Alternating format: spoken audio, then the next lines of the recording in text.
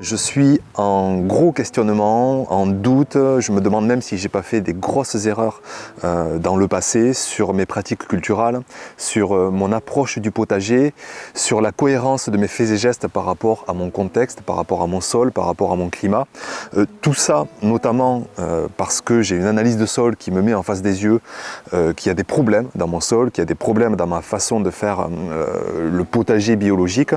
Et on va parler un petit peu de tout ça, ça va être l'occasion de retracer les différentes approches culturelles du potager, tous les choix qu'on peut faire, je pense au travail du sol, au paillage, aux apports qu'on peut faire. Et vous allez voir que je vais vraiment revenir sur des gestes du passé et que je pense modifier quelques-unes de mes pratiques essentielles. Donc c'est de tout ça dont on va parler aujourd'hui. Donc tout ça part d'une analyse de sol, déjà vous expliquer pourquoi j'ai fait une analyse. J'ai cité trois raisons essentielles pour ceux qui suivent la chaîne tout au long des semaines, tout au long des mois, vous les avez peut-être entrevues. Alors la première, ça va être par rapport aux résultats tout simplement de production de mon potager. Alors c'est vrai, hein, dans les vidéos, vous voyez des belles récoltes à longueur de semaine, à longueur de mois, je fais un petit peu le coq là, hein, au printemps, au début d'été. Clairement, j'ai des résultats vraiment qui me satisfont, du légume volumineux avec du goût, on se régale. Mais la problématique que j'ai, c'est que malgré tous mes apports de matière organique qu'on appelle carbonée, vous savez, rigide, solide, paille, foin, broyat, tout ce qui est assez sec, marron, malgré aussi tous mes apports de compost, je me retrouve souvent avec des cultures, une fois semées, une fois implantées, qui piétinent un petit peu, qui ont du mal à booster, à croître avec de la vigueur. Et vous savez que les cultures, ça pousse sur 2-3 semaines, donc si au bout d'un mois on a une laitue qui a poussé de tout juste 5 cm de diamètre, bon c'est problématique.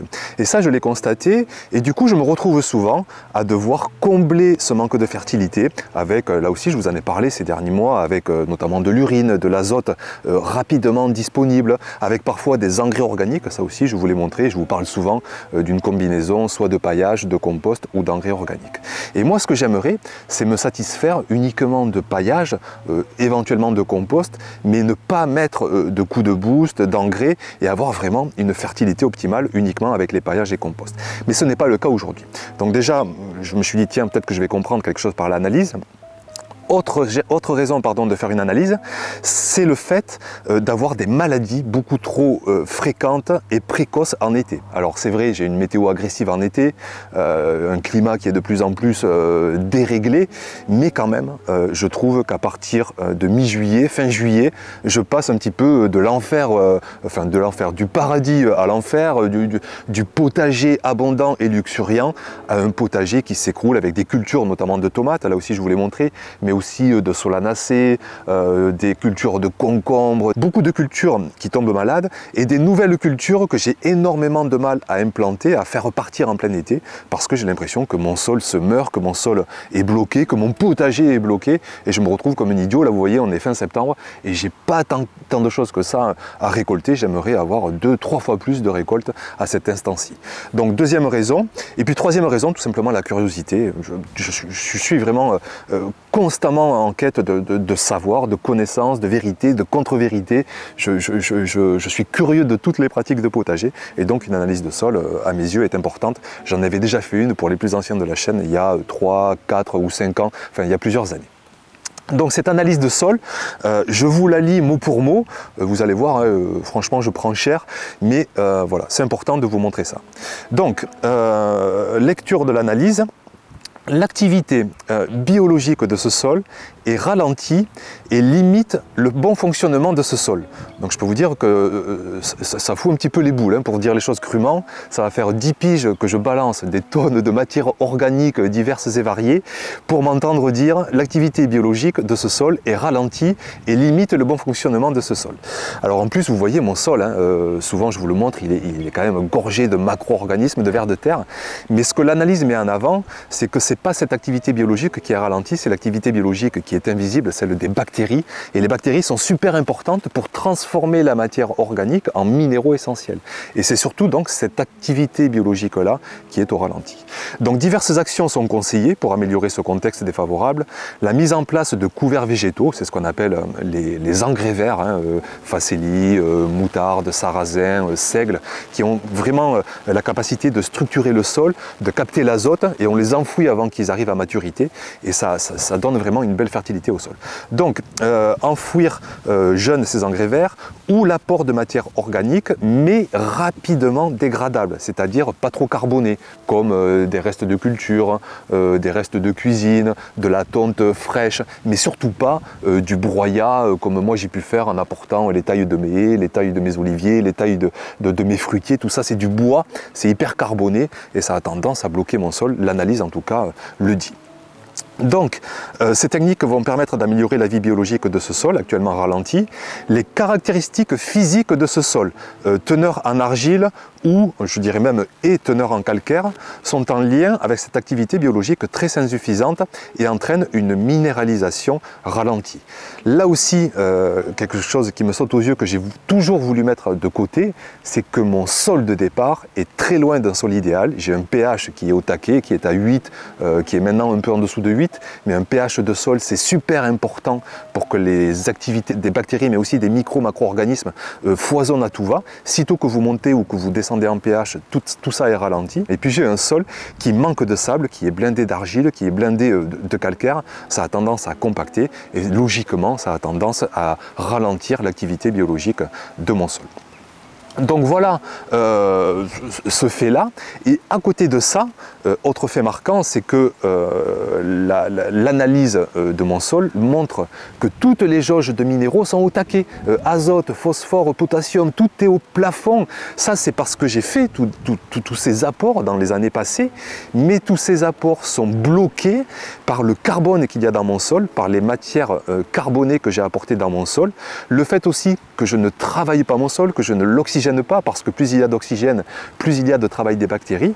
Donc en fait, les minéraux sont dans mon sol, mais sont rattachés au carbone et sont très difficilement accessibles par les cultures. Donc le constat, c'est que j'ai un manque de minéralisation, hein, pour ceux qui ne comprennent pas trop, je le répète, c'est-à-dire que mes apports de matière organique ont du mal à se transformer en minéraux essentiels. Et ça, donc, je l'explique pour deux raisons essentielles. C'est que j'ai peut-être beaucoup trop fait d'apports de matière, beaucoup trop carboné dans le passé. Vous m'avez vu, hein, j'y suis allé, on va dire les mots crus là aussi, j'y suis allé comme un bourrin. J'ai rapporté des fumiers pailleux, je vous le répète, des broyats. J'ai la chance, enfin la chance, est-ce que c'est une chance, mais j'ai des haies, des fruitiers, des oliviers, des arbustes. Et chaque fois, je me souviens avoir taillé des arbres même, et j'ai tout balancé dans mon sol. Vraiment, j'ai tout mis dans mon sol potager toutes ces dernières années. Et tout ça, peut-être que ça génère un blocage. En fait, je me retrouve un petit peu avec un sol de forêt. D'ailleurs, parfois j'entends qu'il faut comparer le potager à la forêt, mais surtout pas. Le potager est un monde de l'éphémère.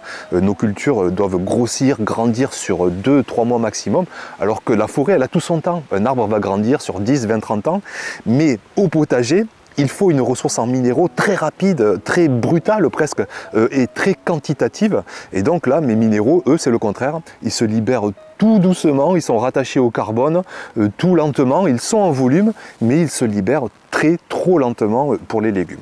Et puis ma deuxième raison à ce blocage, à ce résultat d'analyse, c'est peut-être mon approche culturelle du sol, mon approche oui, culturelle, enfin on va dire mon approche du sol, c'est que, alors certes vous me voyez passer la grelinette, mais pour avoir encore visité, c'était hier, hein, j'ai visité une micro-ferme, je vous le montrerai je pense rapidement en reportage, où là il y a un passage par exemple de herse rotative, d'autres fermes que j'ai visitées où là c'est des motobinettes, voire même parfois des motoculteurs, tout en étant en agriculture biologique, hein, mais je vous raconte pas pardon, la différence d'oxygénation du sol, tout est très oxygéné, très aéré, et évidemment tout ça minéralise plus vite. Moi j'y vais à la grelinette et j'ai toujours très peu aéré le sol en rêvant peut-être sur un travail de l'activité biologique qui décompacterait, qui minéraliserait suffisamment mon sol. Donc dans ce contexte, et je précise bien dans ce contexte, peut-être que je n'ai pas fait les bons gestes. Parce que dans d'autres contextes, de faire des apports massifs de matière carbonée, je pense à quelques chaînes, hein, notamment sur YouTube, on en voit, je pense à la ferme de Cagnols, que j'étais allé visiter d'ailleurs, qui apporte énormément de broyat depuis des années et qui semble avoir hein, de bons résultats. Je pense au potager de l'UNAS aussi, Jean-Pierre, qui nous a souvent véhiculé un message par l'apport massif de broyat, mais sous d'autres contextes de sol qui sont peut-être mieux capables de valoriser ces apports, et d'autres contextes aussi de climat, avec l'humidité, je vous le rappelle ça aussi souvent, l'eau, l'humidité est essentielle pour valoriser au mieux des apports de surface. Donc, des pratiques que je remets peut-être en cause dans mon potager, et je trouve que c'est l'occasion, enfin on va en profiter pour faire le rappel de toutes les pratiques, vous allez voir c'est assez rapide, et dans quoi je vais peut-être aller piocher pour modifier quelques-uns de mes gestes essentiels et espérer avoir des meilleurs résultats dès la saison prochaine, que ce soit sur mon sol, trouver les bons équilibres, les bonnes nuances, parce que quoi qu'il en soit, moi ici je veux jardiner en développant un sol vivant, mais en ayant aussi les meilleurs résultats possibles, et pas que les meilleurs résultats de mars à juillet. Je veux vraiment essayer de les avoir sur la globalité de la saison, en poussant des bons résultats jusqu'en octobre, novembre, jusqu'aux premières grosses gelées de l'hiver. Donc, je me suis noté ces différentes approches, et la première approche, alors on ne la voit pas sur YouTube hein, parce qu'elle est vraiment pas belle, il y a très peu de chaînes qui en parlent, mais ça va être tout simplement l'approche par la chimie, mais la chimie de synthèse. Vous savez, on va balancer des engrais, vous savez les billes bleues, là, les engrais minéraux, aucun apport de matière organique, hein, pas de compost, pas de paillage, on balance tout ça, il n'y a même pas besoin de sol en fait parce que c'est déjà minéralisé, donc pas besoin d'activité biologique.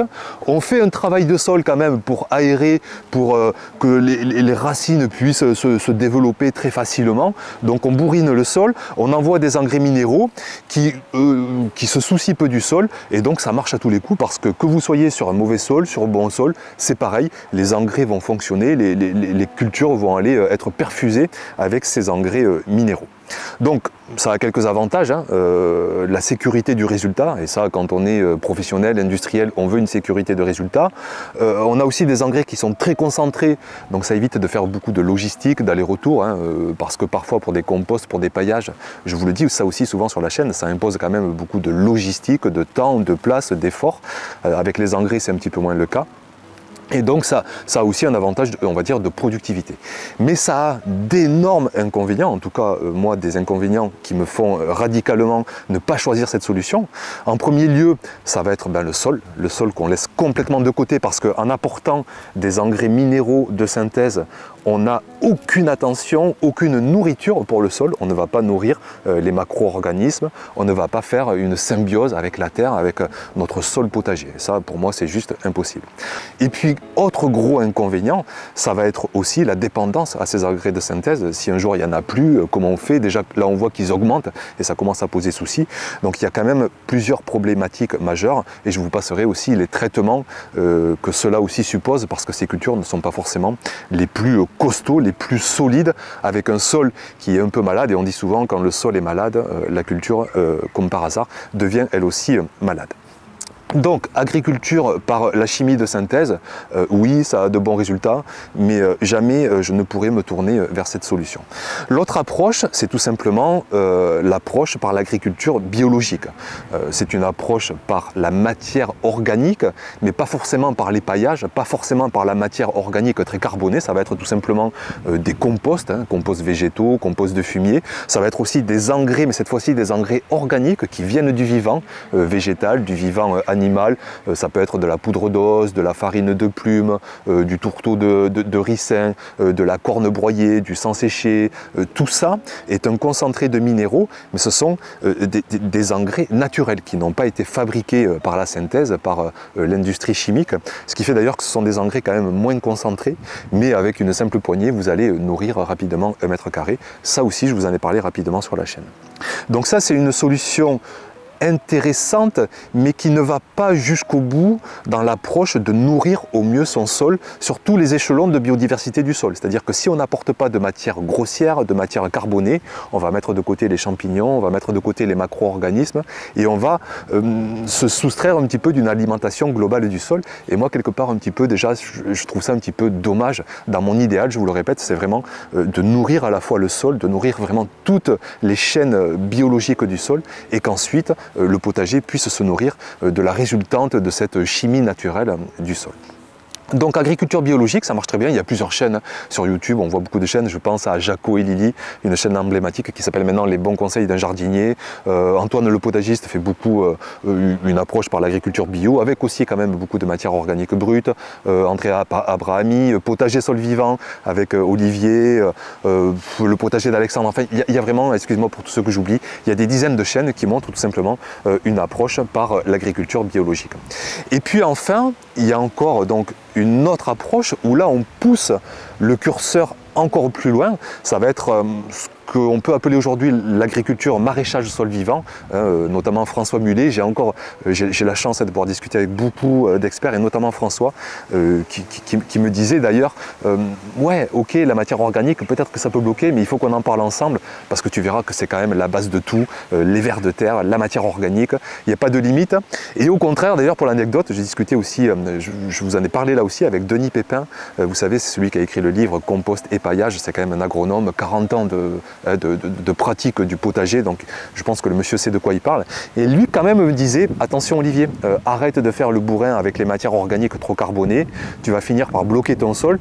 Donc vous voyez que même dans les gens très experts, là aussi il y a des croyances, il y a des vérités qui sont parfois différentes. Alors vous imaginez pour moi, simple petit potagiste entre guillemets, que le doute n'est pas toujours facile à répondre, à éclaircir, parce qu'il y a vraiment plusieurs écoles. Donc l'approche maraîchage sol vivant, elle est vraiment dans l'objectif d'apporter chaque année une énorme ration de matière organique sèche pour que la fertilité biologique du sol se nourrisse et que tout ça se minéralise. Donc ça peut être via du broyat, notamment du BRF, du broyat mais de pousses de l'année assez vertes, assez molles encore, hein, pas trop dures, alors que moi j'ai mis dans mon sol des broyats parfois très secs. Ça peut être aussi du foin, de la paille, ça peut être des engrais verts donc qu'on va faire repousser, qu'on va faucher, qu'on va mettre sur le sol. Donc ça c'est vraiment l'approche maraîchage sol vivant que moi j'aimerais faire, hein, qu'on pourrait appeler plutôt que MSV, PSV, potager sol vivant. J'ai essayé de la faire dès le départ dans mon potager, mais la grosse erreur que j'ai faite, et c'est là où j'avais pas les connaissances à l'époque, et c'est là où maraîchage sol vivant est quand même assez précis là-dessus, c'est que si on démarre avec un sol capricieux de départ, comme c'est le cas avec mon sol, il faut absolument dans un premier temps faire employer les gros moyens en fait. Il faut faire des apports extrêmement massifs, y aller à 6, 7, 8, 10, 15, 20 kg par exemple de compost ou de BRF au mètre carré, mouliner tout ça pour incorporer parce que l'activité biologique n'est pas capable de le faire, elle est trop soumise à des contraintes physiques, à des contraintes biologiques, avec un pH qui n'est pas bon, avec une compaction qui n'est pas bonne.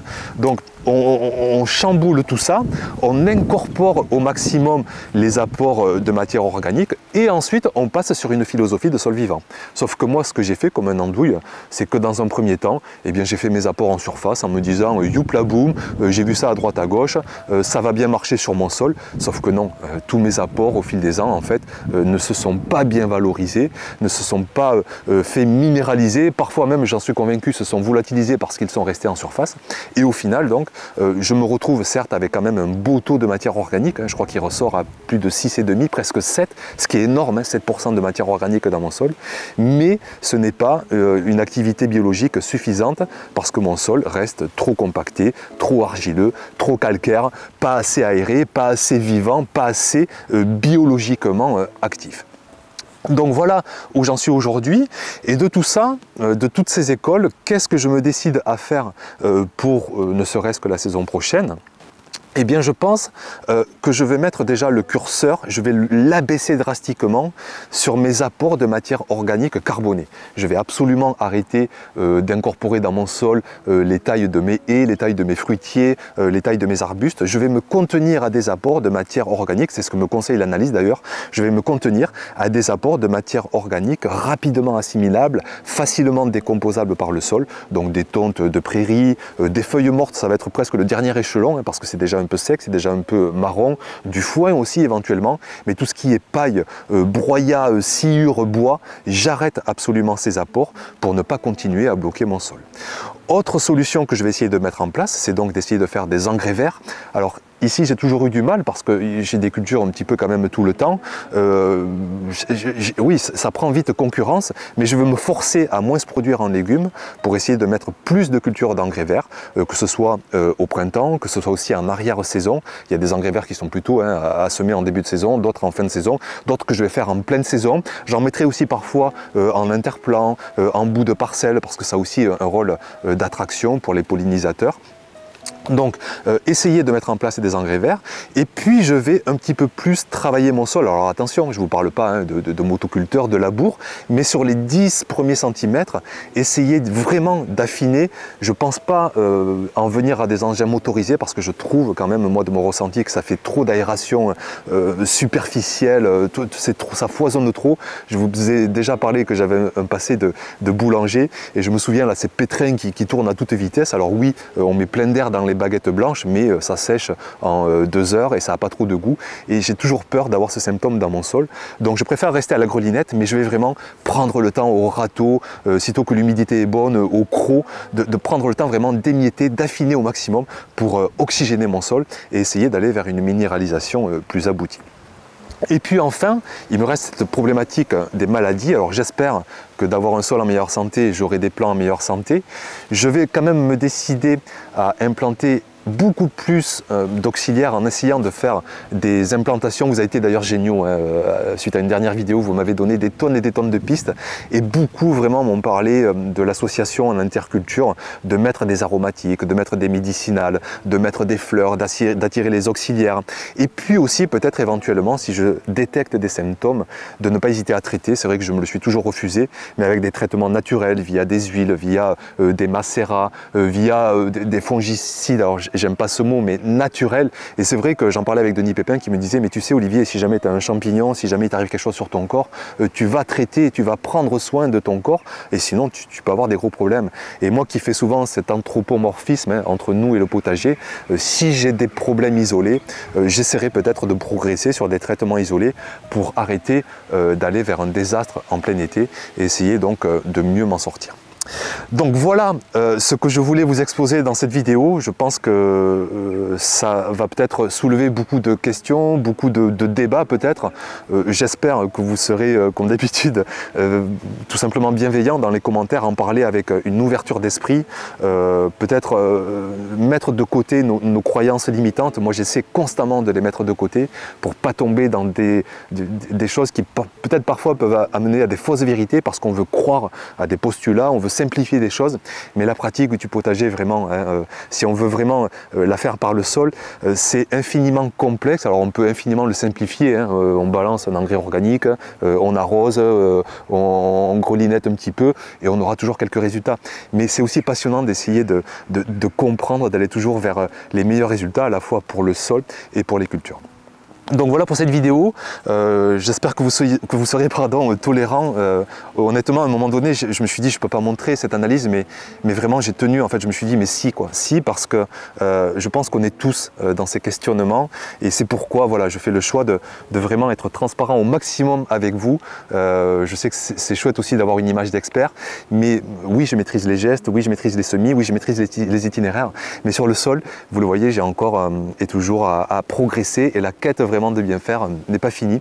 Donc on suivra ça, la quête n'est pas finie, on suivra ça dans les semaines et dans les mois à venir. Donc merci beaucoup pour votre attention et puis à très vite. Il y aura encore je pense beaucoup de choses à dire dans les semaines, dans les mois à venir. À bientôt pour une prochaine donc vidéo. Ciao.